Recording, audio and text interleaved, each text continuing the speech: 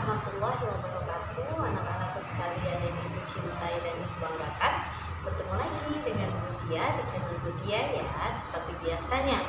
Oke, untuk teman-teman khususnya siswa-siswi Media Kota Tangerang Selatan, apa kabar?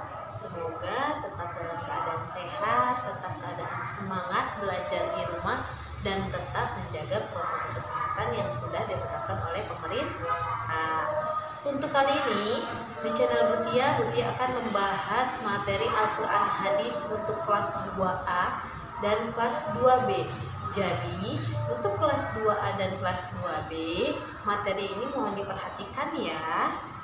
Oh ya, sebelum itu Ibu mau tanya bagaimana kabarnya? Semoga dalam keadaan baik ya. Sebelum kita belajar seperti biasa, mari kita membaca doa terlebih dahulu agar materi-materi yang kita bahas nanti bisa bermanfaat dan bisa diaplikasikan ke kehidupan sehari-hari. Oke, berdoa dimulai. Selesai. Oke teman-teman, untuk siswa-siswi Media Kota Tangerang Selatan khususnya kelas 2A dan kelas 2B mohon diperhatikan ya. Selamat belajar. Hari ini kita akan belajar tentang hadis keutamaan belajar Al-Quran. Mengapa sih kita harus belajar Al-Quran? Siapa yang tahu teman-teman di sini kenapa sih kita harus belajar Al-Quran?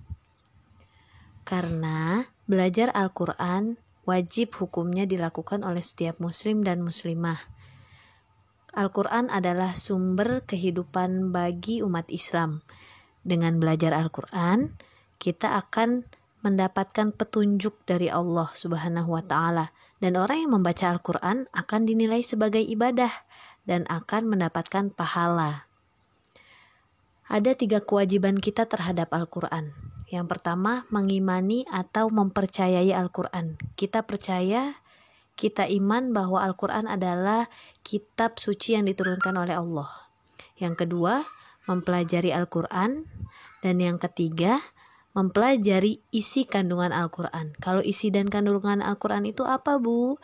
Isi Al-Quran atau isi kandungan Al-Quran adalah kita belajar tentang arti yang tersirat di dalam Al-Quran tersebut. Oke, sekarang mari kita baca hadis tentang keutamaan belajar Al-Quran secara bersama-sama. Bismillahirrahmanirrahim.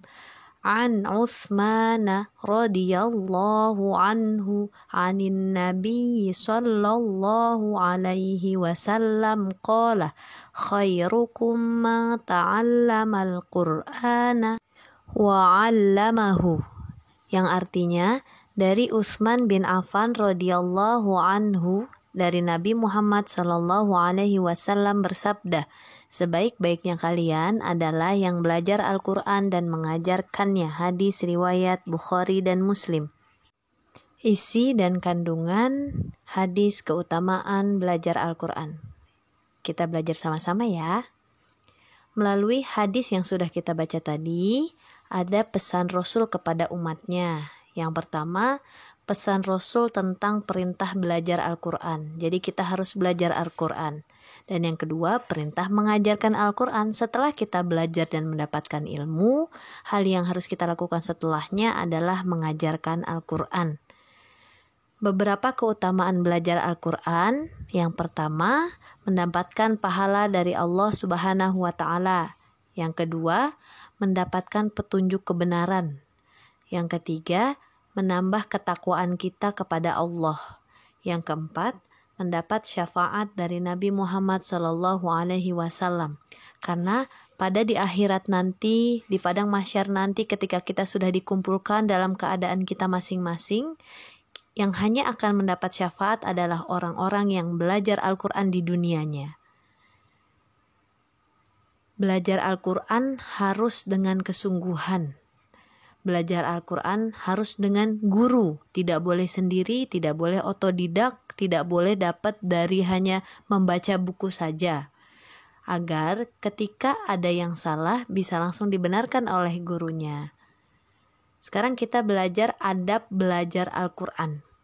sebagai anak muslim dan muslimah kita harus tahu adabnya, sopan santunnya ketika kita belajar Al-Quran. Yang pertama, membaca Al-Quran dengan keadaan suci dan posisinya tenang, sopan. Yang kedua, membaca Al-Quran dimulai dengan ta'awudz, isti'adah. Yang ketiga, membaca dengan tartil, tidak terburu-buru. Ini nih yang biasanya dilakukan oleh anak-anak nih. Sering terburu-buru ketika membaca Al-Quran. Yang keempat, membacanya dengan khusyuk. Yang kelima, membaguskan suara ketika membacanya. Pelajaran yang bisa kita ambil dari hadis keutamaan belajar Al-Quran ini, kita menjadi tahu apa saja sih yang harus kita persiapkan ketika kita belajar Al-Quran, apa saja sih yang harus kita persiapkan ketika kita membaca Al-Quran. Semoga kita dapat mengambil manfaat dari apa yang sudah kita pelajari hari ini dan dapat diaplikasikan di kehidupan kalian setelahnya. Semoga bermanfaat, tetap semangat belajar di rumah. Kurang lebihnya mohon maaf. Assalamualaikum warahmatullahi wabarakatuh.